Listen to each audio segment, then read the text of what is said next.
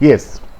The jingle thud of his bamboo woke up us from the sleep and we ran to meet and greet him. Writer says that when the baker used to come to their house, they were asleep. वो सोए हुए होते थे and with the third jingle third of his bamboo, जो sound होता था उसके bamboo से, उससे वो उठ जाते थे and they used to run to meet him and to greet him, उसको गुड मॉर्निंग बोलने के लिए या उसको ग्रीट करने के लिए और उससे मिलने के लिए तुरंत दरवाजे की तरफ भागते थे. Why was it so? He is asking why was it so? Was it for the love of the loaf? क्या ये सारी चीजें ब्रेड के से प्यार की वजह से था कि वो ब्रेड उनको बहुत पसंद थी? नॉट एट ऑल, बिल्कुल नहीं.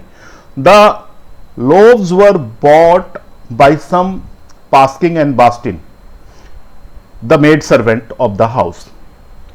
राइटर सेज कि जो ब्रेड खरीदने का काम होता था वो तो घर की जो मेड सर्वेंट होती थे, पास्किन और बास्टिन, इस तरह के लोग ले लिया करते थे. What we longed for means what we eager for, what we are excited for our those bread bangles. Bread bangles, here I would like to tell you that bread bangles means to say this was a special kind of bread which was in shape bangles, चूड़ियों के. ये कैसा होता था? इस तरह का, like और लाइक दिस, जो बैंगल होते हैं, बैंगल की शेप का ये ब्रेड होता था. They were means writer was long for, children were long for bread bangles which we chose carefully, जिसको बहुत केयरफुली वो चोज करते थे देखने में अच्छे हों. Sometimes it was sweet bread of special make, कभी कभी ये स्वीट ब्रेड होता था और बहुत अच्छे तरीके से इनको बनाया जाता था. The baker made his musical entry on the scene with the jang jang sound of his specially made bamboo staff. So here staff means stick. Staff means stick. Baker made his musical, जब baker उनके घर पे आता था, he used to make a sound of jang jang. Jang jang मतलब jang jang sound वो करता था, म्यूजिकल टाइप का वो साउंड होता था. And it was from his bamboo stick. One hand supported in the basket on his head and the other banged the bamboo on the ground. तो writer ये कह रहा है कि जब वो बेकर आता था तो वो क्या करता था? वो अपने एक म्यूजिकल एंट्री करता था, अपने बैम्बू से वो झैंग झैंग की आवाज प्रोड्यूस करता था. One hand supported the basket, वो अपने एक हाथ से बास्केट को सपोर्ट करता था, पकड़े रखता था. एंड ऑन हिज हेड, जो उसके सिर पे होती थी बास्केट, जिसमें क्या होता था? उसमें भरी होते थे बहुत सारे bread loaves. And the other bang the bamboo on the ground, और दूसरे हाथ से वो बैम्बू को पकड़े रखता था, जिससे वो साउंड जमीन पर उसको ठोक कर उससे साउंड प्रोड्यूस करता था, झैंग झैंग का. He would greet the lady of the house with good morning and then place his basket on the vertical bamboo. It was a kind of tradition, it was his style, baker's style, कि वो घर पे आके जो lady होती थी उनको good morning wish करता था. And after that he kept the basket on the vertical bamboo, ऊपर टिका के बैम्बू को वर्टिकल रख के और उसके ऊपर वो टोकरी को रख के सेलिंग का काम करता था.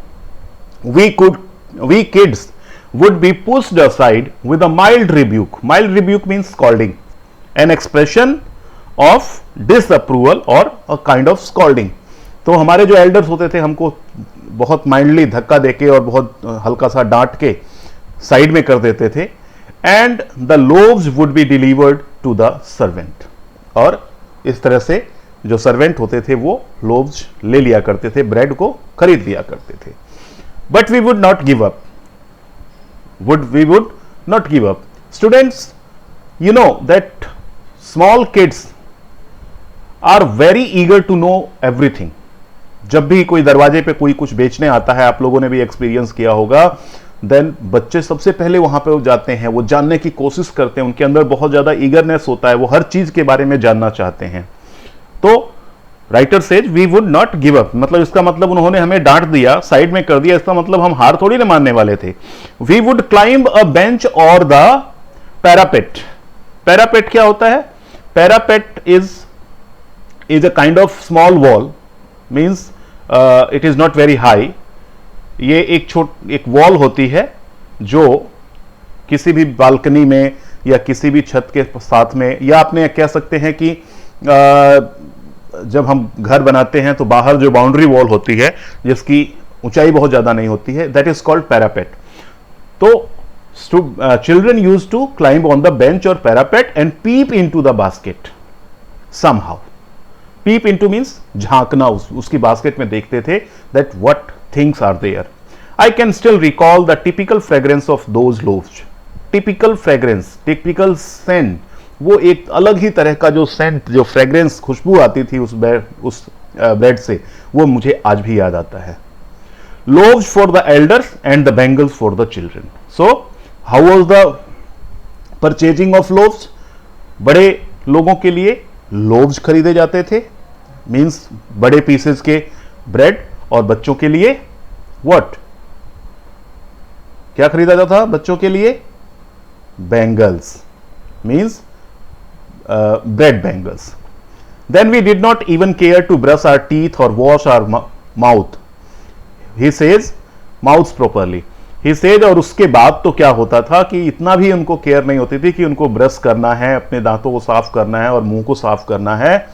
और why? Because they are now eager, they are very excited to eat the bread, they loved bread and they now when they look at the bread they want to eat it at once, तुरंत खाना चाहते थे। And even they didn't care to brush their teeth and wash their mouth. और उसके बाद फिर writer एक logic देता है, and why should we clean our mouth or teeth? We would take the trouble of plucking the mango leaf for the toothbrush. Who would take the trouble of plucking of mango leaf? Mango leaf यहां पे देखिए, nowadays we use toothbrush for cleaning our teeth, but in olden days it was called a stick, that is called दातुन। आज भी आप लोग देखते होंगे, अगर गांव में जाते होंगे तो दातुन से लोग अपने दांतों को साफ करते हैं। ये क्या होता था? ये किसी भी पेड़ की ऐसी टहनी, स्पेशल किसी पेड़ की टहनी, जैसे कि नीम और बबूल, ये सारी चीजों की एक टहनी तोड़कर और उसका ब्रश बनाकर, आगे से दांतों से ही उसको ब्रश बनाया जाता था और ब्रश बना के दांतों को साफ किया जाता था। तो वो कह रहा है कि यहां पर वो किसकी बात कर रहा है? मैंगो ट्री की, मैंगो लीफ। तो वो कहता है कि it was a big task to pluck a stick of mango and to remove the leaves of that and do the cleaning of our teeth to make toothbrush. It was a big trouble for them, he says. And why was it necessary at all? और ये जरूरत भी क्यों है? The tiger never brushed his teeth. Tiger जो होता है वो तो कभी अपने दांतों को साफ नहीं करता। मीन्स यहां पे एक लॉजिक दे रहा है ये राइटर कि जब टाइगर जैसा एनिमल जब है वो अपने दांतों को ब्रश नहीं करता, तो हमें ब्रश करने की जरूरत क्या है? अक्सर आप भी अपने आसपास देखते होंगे, कुछ लोग लापरवाह होते हैं तो अपना लॉजिक देते हैं कि अरे जब टाइगर ब्रश नहीं करता है तो हम क्यों करें। Hot T could wash and clean up everything so nicely after all, he says कि जब गरम गरम चाय हम पिएंगे तो मुंह अपने आप अच्छे तरीके से साफ हो जाएगा, इसलिए दातुन करने की जरूरत नहीं है। Yes, marriage gifts,